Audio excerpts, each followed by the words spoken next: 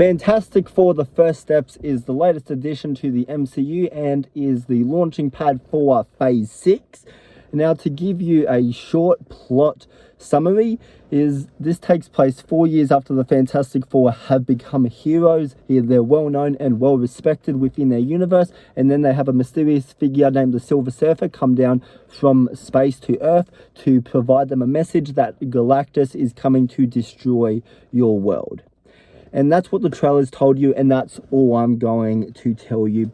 So now, jumping right into the positives for First Steps is the performances. Everyone across the board did a great job in this movie. Pedro Pascal, what hasn't been said about this guy already? He is a great actor, and he continues to prove himself time and time again that he is here to stay, and he brings over all of his Pedro Pascal mannerisms that you love to his portrayal of Reed Richards. And then we have Joseph Quinn as the Human Torch, which I thought that was perfect casting right there. And really everyone within the Fantastic family, I thought, did a really solid job. Everybody really brought their A game to this project.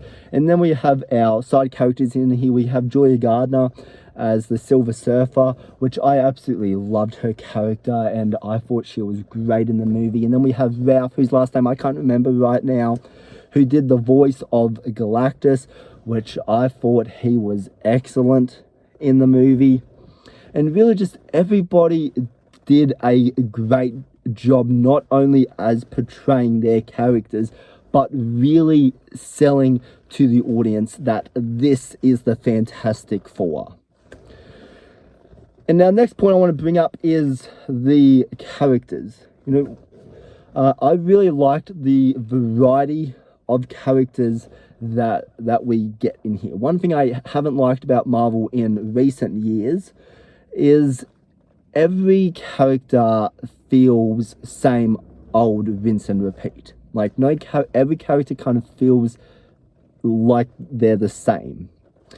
And I'm happy to say this movie doesn't have that problem at all, because every character within the Fantastic family have their own personality, have their own mannerisms, have their own hobbies and interests, and just each character is different from each other.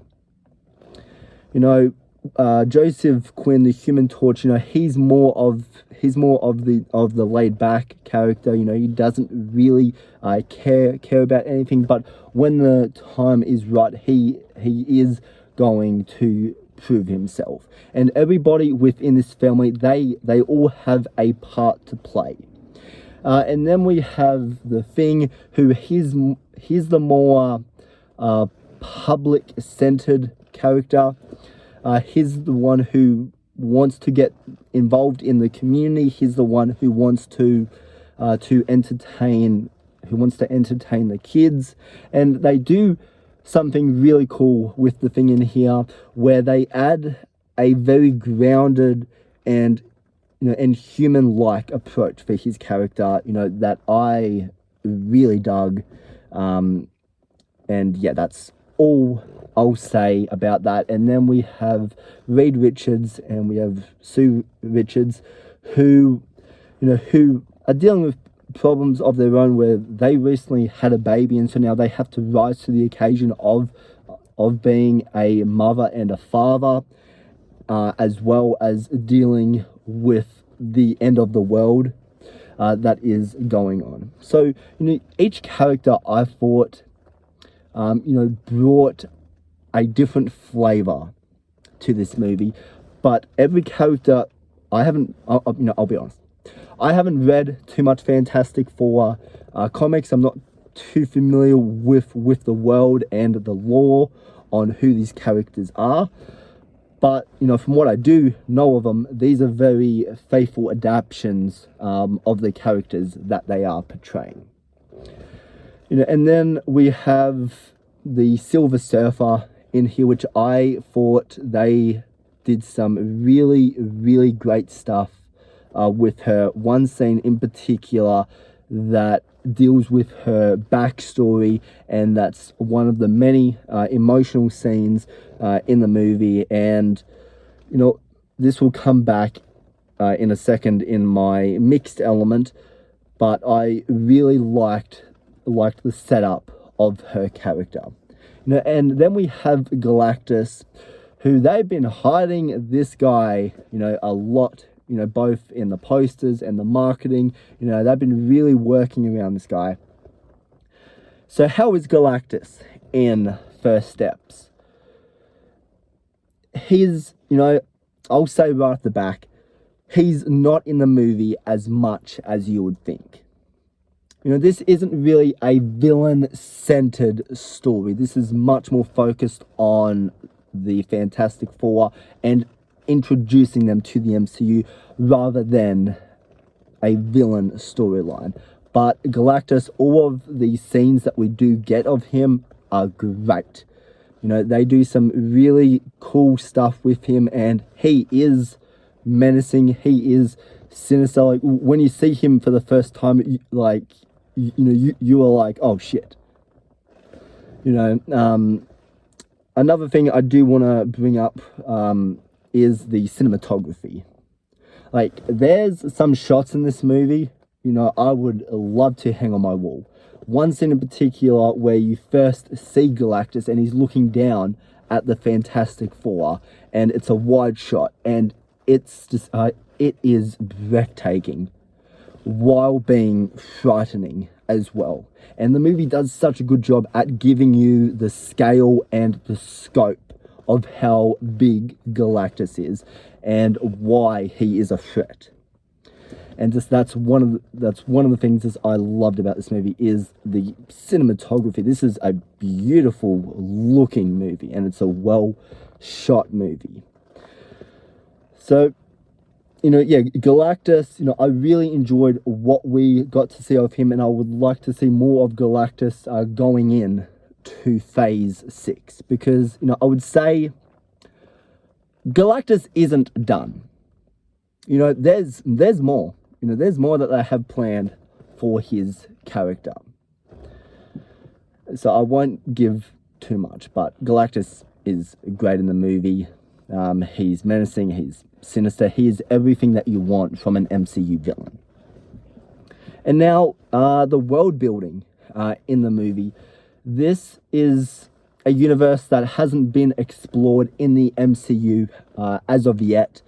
And, you know, this is a world that is kind of like a cyberpunk, you know, futuristic, you know, sci-fi, type world here where, you know, where there are flying cars, you know, hence the fantastic car that you see in the trailer. And, you know, this does feel like a lived-in world. This does feel like, you know, that everybody knows each other, and just it's just a visually a great looking world. You know, color wise and visual effects wise, it's great. And, you know, I would love to explore more of this world. And now going to the action scenes of this movie.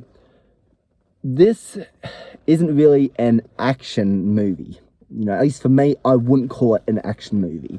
You know, the action scenes that we do get, you know, are very much in the style of the MCU, while not being, you know, typical MCU action. I think the action that we do get here, I think it is very, very satisfying, and I think they timely place it where appropriate, and I think it's effective. I think it works, and it is wildly entertaining. Like, the third act, there's a lot of destruction and shit falling over, and, you know, I won't lie, I was entertained. And now moving on to the mixed elements here. You know, I mentioned the Silver Surfer's backstory. I felt that, you know, it was an interesting thing that they set up with her backstory that I thought was going to be explored and developed further as the movie went along, but they don't really do much character-wise, minus the setup. The setup's there, but the execution for her character really isn't. And just, I thought that they were going to go somewhere, but just, they never pushed it that little bit further. And, at times, this movie can feel a little bit boring. I won't lie. There's definitely, little moments, especially in the middle, where it does feel like it is dragging. I have to kind of see the movie again to kind of, get a much better overview. But upon first reaction, I felt some scenes dragged longer than others. I thought the first act, I thought it was quick. I thought it was right to the point.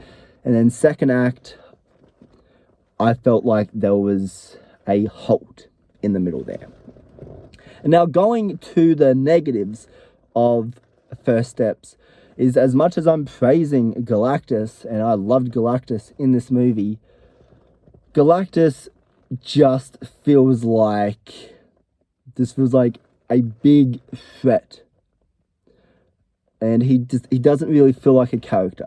I'm not too familiar with the Galactus character, but it didn't really feel like he really had a place in this movie. Like, there wasn't really any character development, minus him being this big, destroyer of worlds figure.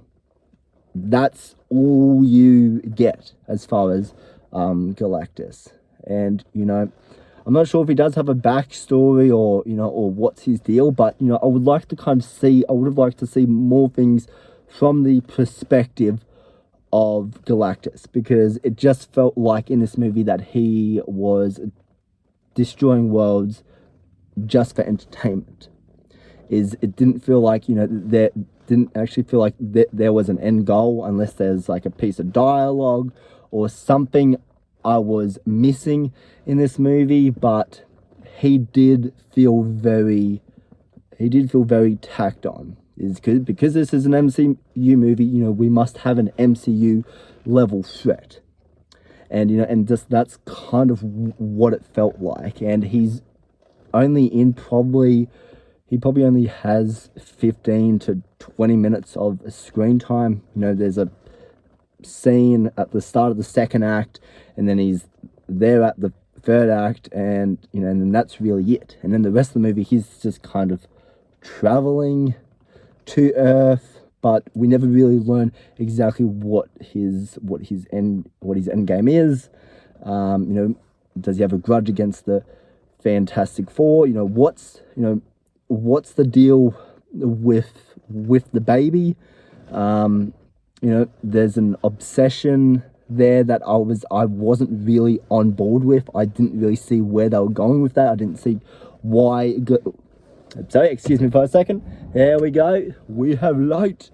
I didn't really see where that was going. I just didn't really see the purpose on Galactus having a baby. I don't get it. I don't get it.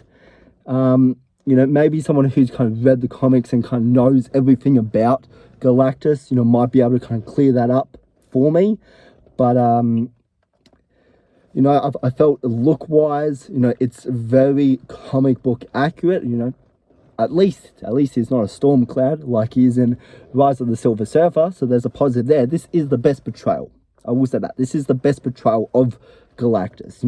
He looks like Galactus, he sounds like Galactus from what I know of the character once again. And yeah, shit. Jumping back to the positives again, I wish there was a way to rewind this video, but unfortunately there isn't. But the visual effects, like the CGI in this movie, it looks great. It looks great. Like, all of the visual effects look outstanding. in this movie. It's very colorful. There's lots of bright lights. It's very vibrant, and just, once again, I'll say it again. It's a great looking movie, and the visual effects. I never looked at it and went like, this is a visual effect. I thought the visual effects, I thought all the rendering and everything else that's involved within that process, I thought they really did a great job bringing it to life on the big screen and making it look realistic. And now fast forwarding to the negatives again. So this is something that the MCU is really hit or miss with me, but the comedy. MCU comedy, I think it's got better in recent years, but I don't think we are there yet. And I wouldn't say this is particularly a funny movie per se, but the jokes that we do have there in the first act, I wasn't laughing. I wasn't laughing. Like, there's this whole ongoing joke about wanting Ben to say, it's clobbering time. We've seen that in the trailer. And it's like a long, extended joke that I didn't get it.